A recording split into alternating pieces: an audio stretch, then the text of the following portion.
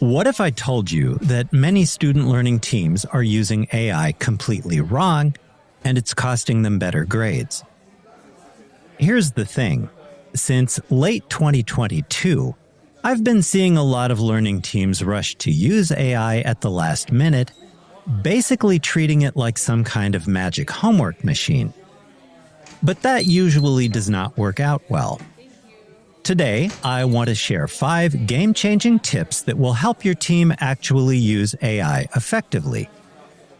Not as a last-ditch way to grub points, but as a way to sharpen key critical thinking skills.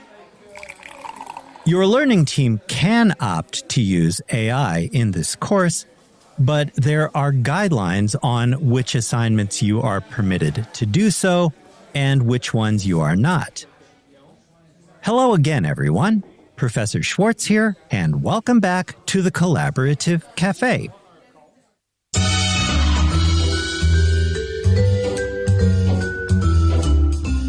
Welcome to the Collaborative Café, where we brew up innovative approaches to student collaboration and development of 21st century skills.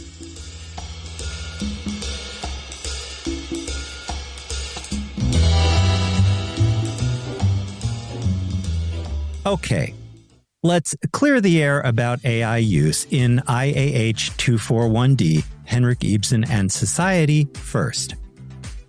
When it comes to your 3 collaborative projects, your learning team, if members so choose, can enlist the help of artificial intelligence in the following 4 ways. 1, as a consultant for early brainstorming. 2, to help you organize your emerging work. 3, at the halfway point to determine where things might go off the rails. And 4, following completion and submission of a project for help improving your remaining collaborative efforts. You are not permitted to use AI for your 10 independent reflections or your independent course capstone project. Got it? Good. With that out of the way, when consulting AI in the development of your 3 collaborative projects, timing is everything. Look, I get it. We've all been there.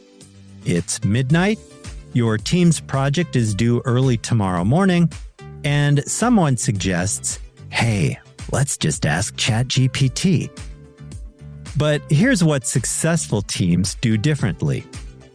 They bring AI into the conversation much earlier.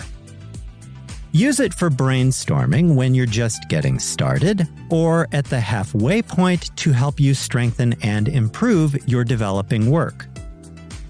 Let the technology help you refine ideas as you create your project. Then use it again during revision. The key word here is process, not panic. And yes, that means you need to plan ahead. But trust me, your grades will thank you. Second, be totally upfront about using artificial intelligence. This isn't about hiding your AI use, it's about being smart and on the level. In your team reflections, discuss in detail how you used the technology. Why and how did you prompt it? What was the output? What did your learning team do with that? How did your actual human brains sift through, verify, or improve upon what the AI suggested? And yes, before you ask, cite any AI consultation properly, just like you would any other source. Even if you don't end up including AI output as part of the 3 projects your team creates for IAH241D, Henrik, Ibsen, and Society. That diligence and transparency actually makes your work stronger, not weaker. Point 3 is where things get interesting. AI lies. Not on purpose, but it absolutely makes stuff up. Those fake citations and invented facts are called hallucinations, and they happen more often than you might think. So fact-check everything if or when you consult artificial intelligence. And if you can't verify a source exists or confirm what AI tells you through an actual database, don't use it. Think of AI as that friend who's really enthusiastic about helping you, but sometimes they get details wrong. Potentially helpful, sure, but you've got to double-check what they tell you. But there's something even more troubling about AI that many students don't realize, and it could sabotage your work. Stick around to find out how and why.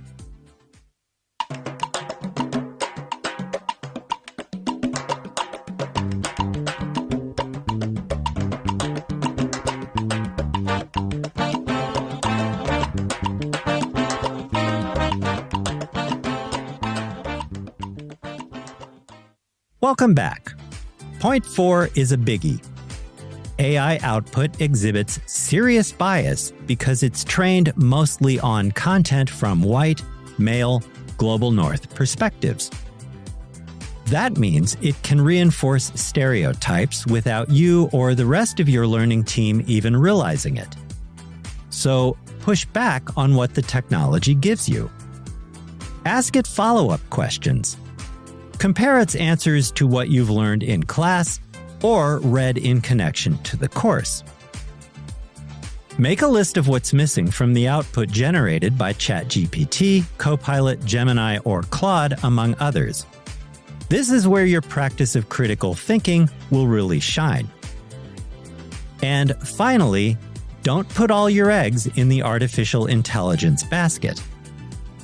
The best team projects combine AI insights with other print and digital sources. Think about it for just a moment. Would you rather read a paper that just regurgitates a single AI response, or one that weaves together multiple perspectives? Your professors can spot the difference, and more important, you'll actually learn more when you and the members of your team dig deeper. Plus, those varied sources help you catch AI's mistakes and fill in its gaps. Keep the humans in the loop and at the forefront of your coursework rather than abdicating your learning and academic integrity. You're listening to the Collaborative Café, where we brew up innovative approaches to student collaboration and development of 21st century skills. If you find this episode helpful, hit like, share, and subscribe.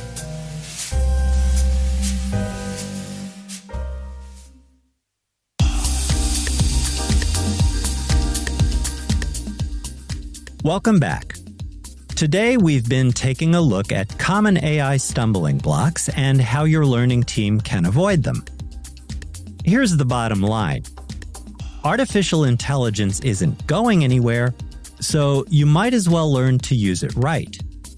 Start early, be honest about it, fact-check everything, question its biases, and always bring in other sources.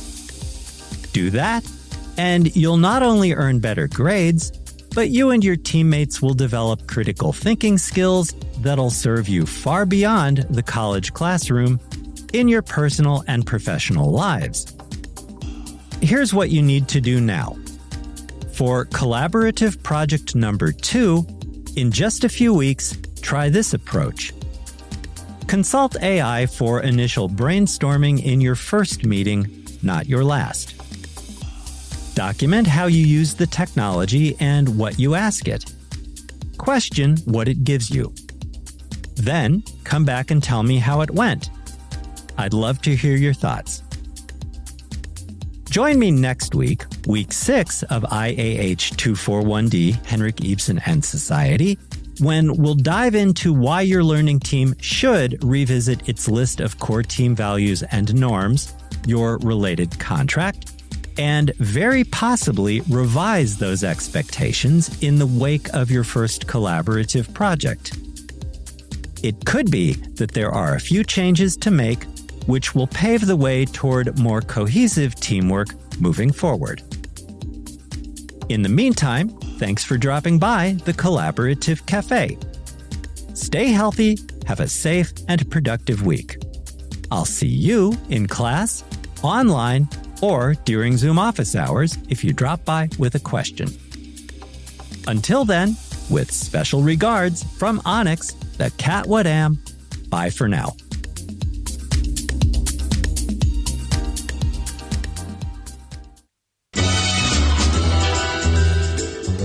Thanks for dropping by the Collaborative Café. See you again soon.